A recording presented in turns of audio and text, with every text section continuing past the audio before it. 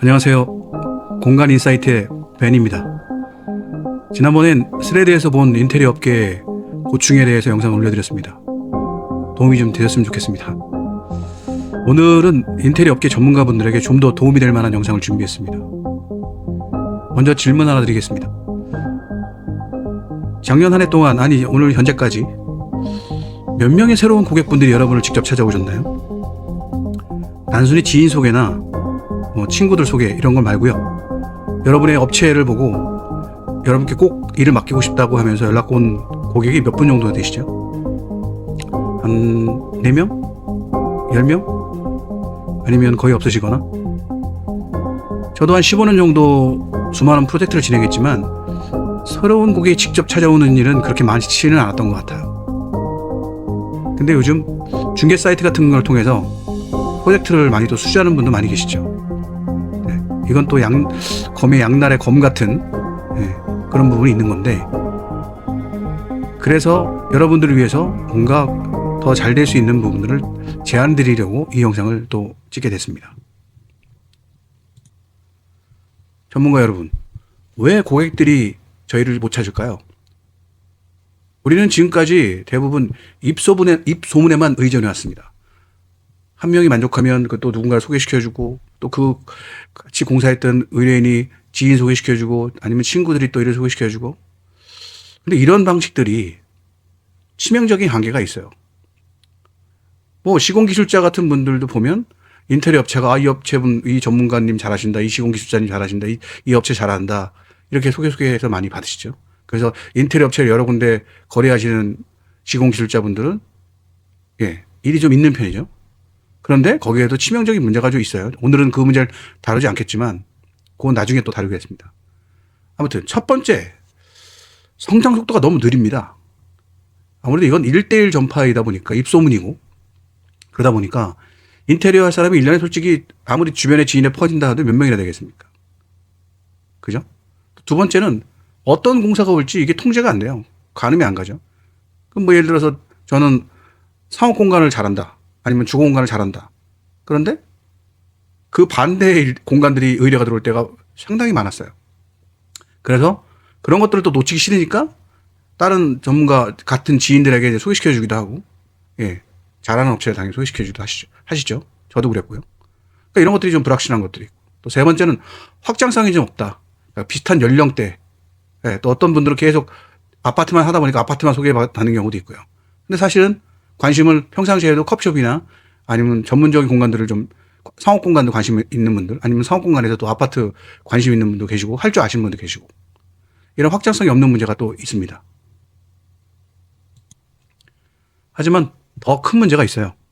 바로 업계 전체에 불신이 깊어지고 있다는 겁니다. 신뢰도가 추락하고 있는 거죠. 고객들이 인테리어 업체를 바라보는 시각은 굉장히 부정적이죠. 근데 그도 그럴 것이 양극화되어져 가고 있고 영세화되어져 가고 있어요. 그러다 보니 고객들은 내가 이 공사를 의뢰하면 혹시 사기나 당하지 않을까? 추가 비용을 또 나중에 요구하지 않나? 날짜를 또 제대로 지키지 않지 않나? 공사 끝나고 나서 연락이 두절되지 않나? 이런 걱정들을 일단 많이 하고 시작하시죠. 실제로 네이버에 검색만 해도, 인테리어 사기라고 검색만 해도 수많은 피해 사례가 나와요.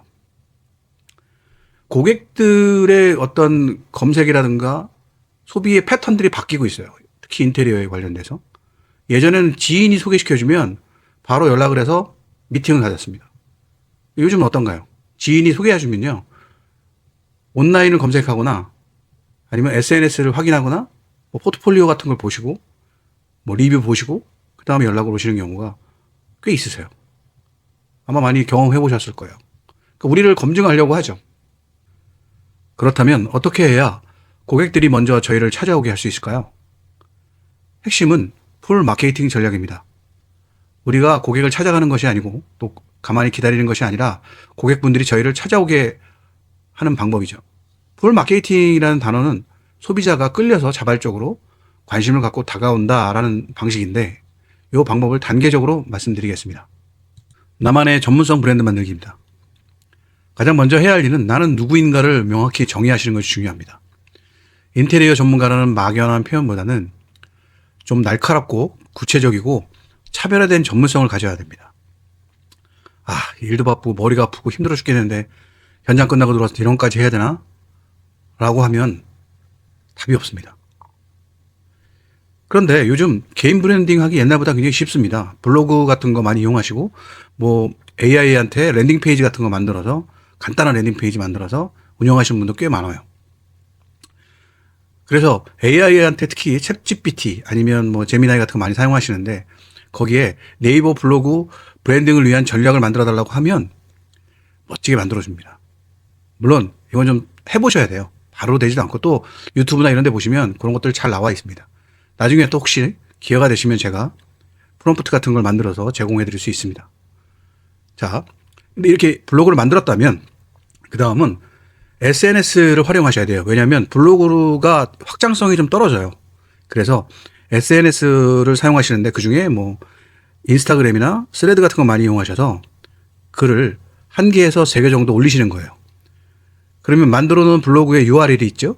그거를 거기에 붙이셔서 유입을 하시고 또 일반인들이 보시면 URL을 클릭해서 당신의 여러분들의 그 블로그의 글들을 보시고 여러분들의 아이덴티티라든가 전문성을 보신 다음에 아무래도 공사 의뢰가 들어올 수 있겠죠. 또 뭔가 그냥 하시면 안 되고 포지셔닝을 하셔야 돼요. 강아지와 함께하는 펫테리어 전문가라든가 아이 안전에 특화된 가족 공간 전문가라든가 뭐 좁은 공간을 넓게 만드는 가구 설계 디자이너라든가 뭐 소음을 100% 차단하는 홈피스 전문가라든가 뭐 한 번에 모든 걸 다 끝내는 리모델링 전문가라든가 뭐 이런 것들을 좀 구체화할 수 있겠죠. 두 번째 단계는 신뢰를 쌓는 투명한 소통입니다. 고객들이 가장 두려워하는 것들 위에 말씀드렸지만 뭐 불투명한 견적, 계약 조건대로 진행하지 않는 것들, 뭐 연락이 두절되는 것들, 하자 보수를 회피한다든가 이런 걸 가지고 컨텐츠를 만들면 됩니다. 컨텐츠라는 게 뭐 유튜브에 올리는 컨텐츠뿐 아니라 블로그에 올리는 글 같은 거죠. 뭐 예를 들어서 우리 업체 같은 경우에 공정별로 견적서를 공개하는 겁니다. 이 정도만 해주셔도 고객분들은 믿음이 가죠. 왜냐? 그냥 뭉뚱그려서 일식 얼마 뭐 이렇게 하는 견적서도 많잖아요. 근데 어차피 세세적으로 견적서 올려줘봐야 현장마다 상황과 조건이 달라서 그걸 가지고 딴지를 거는 분들 사실 많지는 않아요. 단가가 나오니까 그런 것들이 좀 껄끄러 오실 거예요. 그러니까 공정별로, 목록별로 해가지고 하시는 것도 굉장히 좋은 노하우라고 할 수 있겠죠. 그 다음에 시공 과정, 실시간 공유해주는 사진 같은 거 이런 것도 올려드리고, 뭐 계약서 같은 거 저는 이렇게 계약했다라고 하는 중요한 어떤 포인트가 될 만한 것들, 또 하자 발생 시에 우리 이렇게 처리한다라고 하는 그런 노하우와 그 다음에 자신감 이런 것들을 블로그 글로 올리시거나 랜딩 페이지에 꾸준히 올리셔도 고객들이라면 저라도 연락을 할 것 같습니다. 세 번째 단계는 프로젝트 스토리를 적극 활용하는 것입니다. 프로젝트의 성공적인 경험을 우리 브랜드의 자산으로 만드는 것인데요. 단순한 완성 사진이 아니에요. 그게 아니라 고객들과 어떻게 만났고 어떻게 스토리를 담았고 어떤 컨셉으로 이 디자인을 했고 또 고객은 어떤 문제를 가지고 있고 우리가 어떤 솔루션을 제안하고 있는지 또 결과적으로 고객이 어떤 변화를 경험했는지 우리가 어떤 영향을 미쳤는지 이런 사진들을 이런 과정들을 스토리텔링으로 올리는 거죠. 제가 실제 예시를 하나 보내드리면 이거는 블로그하고 좀 다르긴 한 유튜브 쪽인데요. 제가 앞전에 말씀드렸던 것들이 되게 별거 아니라고 생각하고 나들 다 하지 않냐 다 아는 얘기다 이럴 수 있는데 실제 있었던 일입니다. 유튜브들 여러분 많이 보시잖아요. 제 지인 업체분 중이신데 이분이 연세가 한 60세 좀 넘으셨어요. 지금 한 60대 중반 되셨겠네요. 이분이 아드님 도움으로 유튜브 영상을 한 5개 정도 올렸습니다. 이 사장님은 일반적인 아니라 중공청소 하시는 사장님이세요. 재작년에 아드님이 요즘 이게 대세라 그러면서 유튜브를 찍어서 한 5개 정도 올리셨던 거예요. 근데 그 다음에 어떤 일이 생겼냐. 제가 사장한테 직접 들은 얘기인데 일이 정말 생각보다 유튜브 보고 연락드렸다는 말을 꽤 많이 받았다고 합니다. 그래서 일이 끊이지 않고 하고 계시고 또 중간에 그 과정들이 너무 잘 고객들의 마음에 맞게 청소를 해 주셔서 만족도가 높으셨는지 계속 일이 들어온다고 하십니다. 자, 그런데 우리는 인테리어라는 더 전문성 있는 분야잖아요. 근데 꼭 그렇게 완성된 사진만 유튜브로 올리거나 블로그에 올리려고 하는 분들이 굉장히 많으세요. 근데 그게 한번 답일까요? 진정성 있는 스토리가 있어야 고객들은 좀 더 강력한 동기부여가 됩니다. 여러분. 한번 생각해 보시고 고민해 보시기 바랍니다. 이제 위에 말씀드렸던 실행 방안을 당장 시작할 수 있는 것들을 좀 정리해 드리겠습니다. 이제 이론은 충분히 들으셨고, 여러분들이 가장 중요한 이제 하지 않는 것, 네. 실제로 구체적으로 옮기지 못하는 이유들이 되게 많죠. 그런데 조금 급히 생각하지 마시고 당장 이번 주부터 할 수 있는 것들을 좀 정리해 드릴게요. AI와 좀 친해지셔야 돼요. 이제는 연세가 있든 많든 젊든 상관없습니다. 무조건 AI를 멀리 하시면 이 업계에선, 아니 모든 업종에서 살아남기가 어려워요. 자, 챗GPT, 제미나이를 하나 결정하셔서 처음부터 유료하지 않으셔도 돼요. 예, 제미나이 같은 경우에 그냥 간단한 무료를 사용하셔도 거기에다가 자기의 전문성을 한 줄로 정의를 하는 겁니다. 나는 뭐뭐뭐에 특화된 전문가입니다. 또 모든 SNS에 내가 필요한 문장을 내가 좀 쓰려고 하는데 나는 이러이러한 사람이니 거기에 맞게끔 해서 글을 작성해 줘. 예, 그런 것들. 그다음에 지금까지 작성한 프로젝트 중에 가장 자신 있는 사진들을 모으시는 거예요. 이제 물론 제 오늘 영상을 보시고 난 이유는 before, process, after라는 사진, 이런 스토리텔링 할 수 있는 사진들을 찍어 놓는 게 굉장히 중요하겠죠. 단 고객의 허락을 받고 하셔야 됩니다. 사진 올리실 땐. 그다음에 네이버, 블로그, 뭐 인스타그램, 유튜브도 계정을 개설하는 게 굉장히 좋겠죠. 그다음에 거기에 맞는 자기의 프로필 같은 것도 전부 AI한테 물어보셔도 돼요. 너무너무 잘 가르쳐 줍니다. 내 머릿속에 있는 것들을. 사람은 다 알고 있는데 머릿속에 정리가 안 된 것들이 굉장히 많아요. 그런데 그 AI가 참 정리를 잘해줘요. 자, 그래서 이번 주는 그렇게 시작을 하고 이번 달 안에 포트폴리오 정도 3개 정도를 스토리텔링에서 만들어내는 거예요. 스토리텔링은 제가 위에 말씀드렸죠. 그거 잘 모르시면 한 번 더 올라가서 보시고요. 그 다음에 고객들이 자주 묻는 것들, 또 내가 알려주고 싶은 것들, 이런 것들 컨텐츠를 한 10개 정도 제작을 하는 거예요.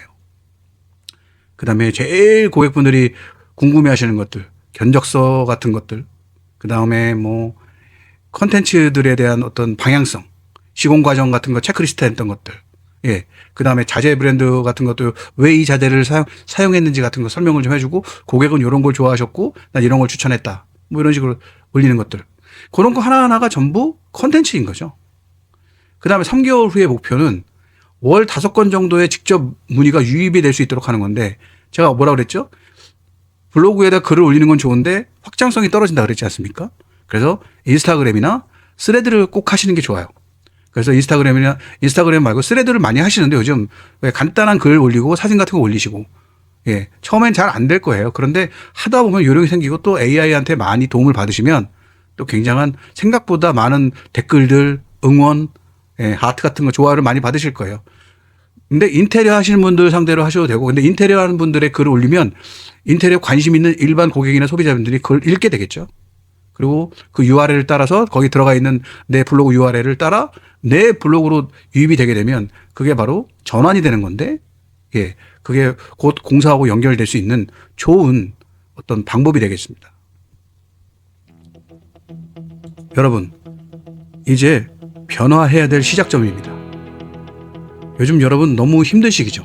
부동산 경기 침체되고 원자재비, 인건비는 계속 오르고 고객들의 지갑은 점점 얇아져서 닫혀가고 있고, 예, 누구보다 잘 아실 거고 또 겪고 계실 거예요.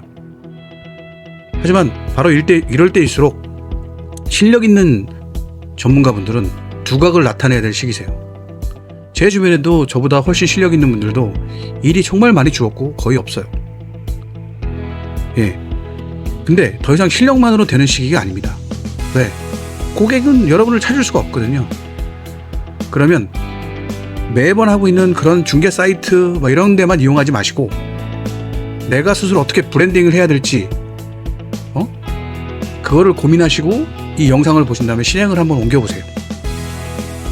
가장 중요한 건 시작하는 거예요. 생각만 하지 마시고 직접 진짜 you can do it 하시면 됩니다.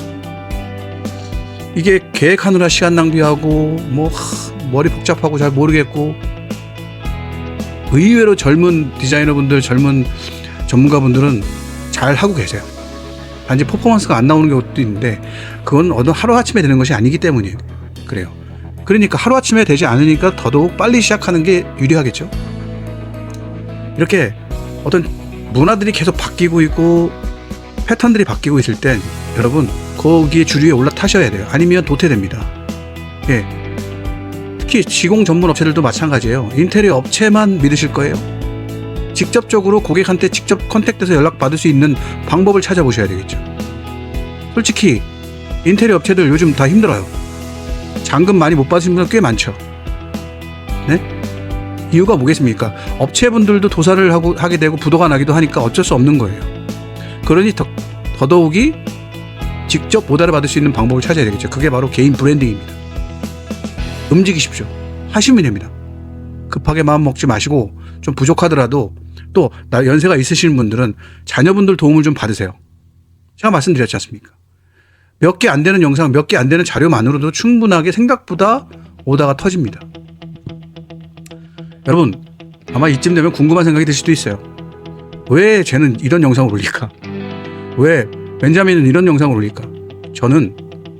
저도 인테리어 업계에 있지만 혼자서는 절대 이 업계가 잘 될 수 없다고 생각하는 사람 중에 하나입니다.